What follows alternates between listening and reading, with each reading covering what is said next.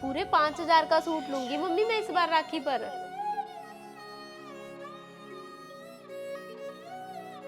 अंजलि राखी पर इस बार 2-4 दिन पहले ही आना। पहले तो अंजलि आती थी तो ऐसे बोल दिया करती थी कि मैं तो 5,000 वाला सूट लूंगी, और अब कुछ देती हूँ तो साफ साफ बोल देती है कि नहीं मम्मी रहने दो। आशू है कि मेरी कोई बात ही नहीं सुनता। मम्मी क्या सुनूं मैं आपकी बात? यहाँ आके भी अंजलि ने डिमांड ही करनी होती हैं, ये ले दे वो ले दे, खर्चे पे खर्चा ही तो करवाती है वो यहाँ आके हमारा। अरे आशू क्या डिमांड कर ली अंजलि ने तेरे से? अरे अब मैं लिस्ट बना के रखूं क्या, हम उसे क्या क्या देते हैं? अरे शर्म तो नहीं आती तुझे? जो भी अपनी बहन को देता है उसकी तू लिस्टें बना रहा है।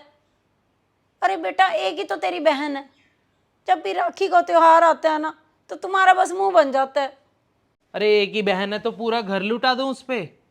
आपका तो ना सारा साल यही रहता है, अब ये त्योहार आ रहा है, अब ये देना है अंजलि को, राखी आ गई, सिंधारा आ गया, दिवाली आ गई, कल को मेरे भी बच्चे हैं मम्मी, वो भी बड़े हो रहे हैं, उनके भी 100 खर्चे हैं। अरे बेटा हमारे घर में कोई कमी है क्या? और वैसे भी बहन बेटियों को देने से तो घर में बरकत आती है। सवा बरकत, घर में सिर्फ दीवारें रह जाएंगी, सब कुछ तो अंजलि को ही दे दूंगा मैं। लो अब उसी महारानी का फोन है, अब पता नहीं कौन सा बम गिरेगी मेरे ऊपर। हेलो, हाँ अंजलि। हाँ जी भैया कैसे हो? भैया वो अगले सोमवार की राखी है। हाँ तो फिर? वो भैया बच्चों की ना 5 दिन की छुट्टियां हैं स्कूल की, तो बच्चे बोल रहे थे कि नानी के घर जाना है 5 दिन के लिए। अरे अंजलि बच्चों का नाम लेके ना ऐसे ही झूठ बोलने की जरूरत नहीं है, तू सीधा सीधा क्यों नहीं कहती कि तेरा मन है यहाँ पे आने का? वो भैया मैं मम्मी से भी मिल लेती, आपसे भी मिल लेती, और राखी भी तो आ रही है ना। अरे अंजलि तेरा इतना ही मन कर रहा है ना मम्मी से मिलने का, तो तुझे यहाँ पे आने की जरूरत नहीं है, मैं मम्मी को ही भेज देता हूँ तेरे पास 4 दिन के लिए। और वैसे भी पिछली बार तू आई थी अपने बच्चों को लेकर, उन्होंने मेरा लैपटॉप खराब कर दिया था, 20-25 हज़ार का ऐसे बेफालतू में नुकसान हो गया था मेरा। पर भैया मुझे अच्छे से याद है वो बच्चों से नहीं गिरा था लैपटॉप, वो तो भाभी के हाथ से गिर गया था नीचे तो खराब हो गया था लैपटॉप आपका। अरे बस, तुम दोनों माँ बेटी ना बस उसी का नाम लगाते रहते हो बेचारी का। तेरे बच्चों से गिरा था वो लैपटॉप नीचे। चल अब जहाँ तक रही राखी की बात ना, राखी तो मैं ना तुझसे खुद ही बंधवा जाऊंगा आके, तुझे यहाँ आने की कोई ज़रूरत नहीं है।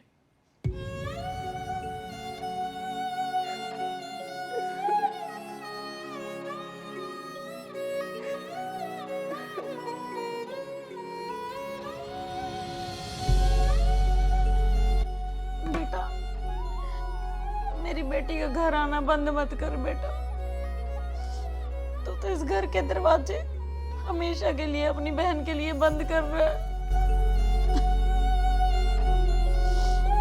अरे बेटा वो तेरे से कुछ लेने नहीं आती, बहनों तो सिर्फ अपने भाइयों को दुआएं देती हैं।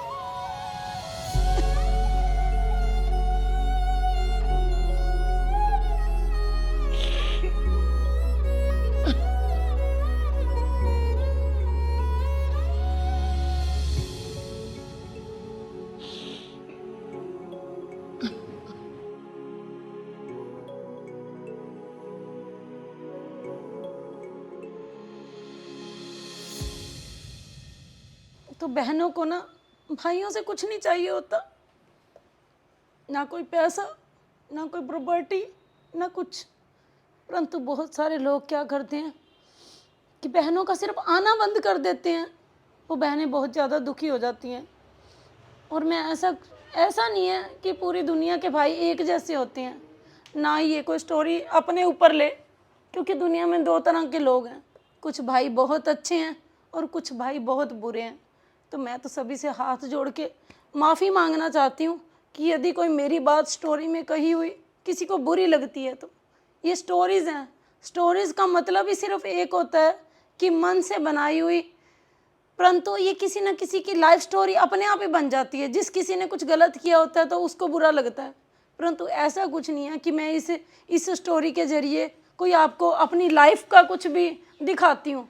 तो रिक्वेस्ट है कि गलत कमेंट करने वालों से मैं सिर्फ एक ही बात कहना चाहती हूँ कि अगर उनको स्टोरी का मतलब नहीं पता तो रिक्वेस्ट है कि वो स्टोरी मत देखें, व्लॉग देखें।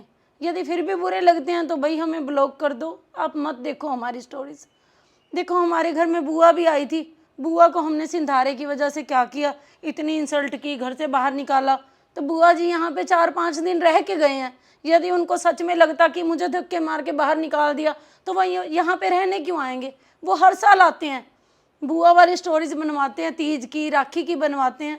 आज भी हमारे दीदी की राखी आई है, बहुत सारे लोगों ने डस्टबिन वाली राखी के ऊपर भी बहुत कमेंट किए।